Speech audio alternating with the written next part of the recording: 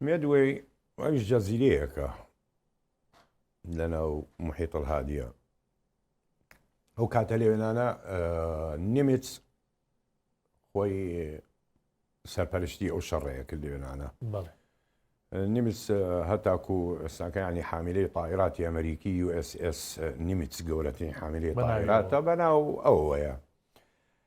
نیمس دەرسێکی وەرگرت لە پێرل هاربەرە، ینی هەر جەنێراڵێ بێتن هەر ئەدمیراڵێکی بەحری بێتن دەرسێ وەرەگرێ لە شەڕێکاکەوە دەڕ ئەبێ بیخێنێ بۆ من دۆڕام.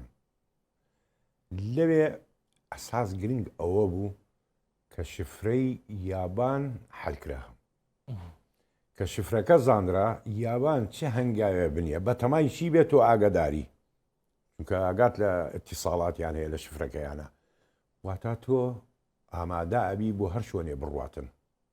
ئەمە بۆ هۆی ئەوەی کە یابان لە مێدووی حاملەی طائراتەکانی بفۆتێ نقوم بێ غەواسەی لێ بڕوە مودەمیراتی لێ بڕوە.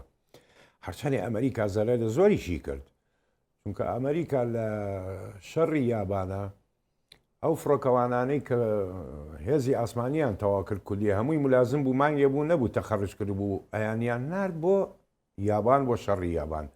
فڕۆکەوانە یابانیەکان خبرەتیان زیاتر بوو، ینی بۆ نمونە لە 22 فڕۆکە سربێک پێک هاتووە لە 22 فڕۆکە کە ئەچوو بۆ شەڕ لە ئاسمانە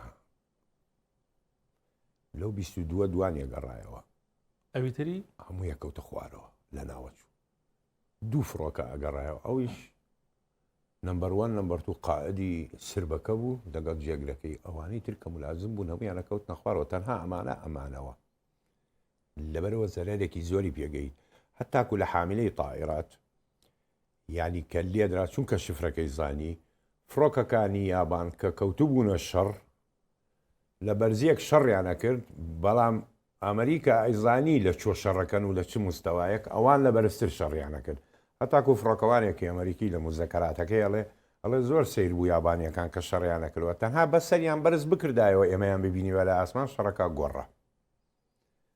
ئەوان لەبانەوە دابەزینەبان حاملەی طائراتی یابانی و لێیاندا بۆمبێکی لێدا بۆمبەکە سوفە کەوتە بەر فڕۆکەیەکی زیرۆ میتسۆبیشی کە ویست بفرێ تانشیەکانی بنەوەی سوتاند و تەقیەوە، یان لە شەڕەوەکو باسم کردووە بازێت شتێ دێ سوتفەیە ئەبێتە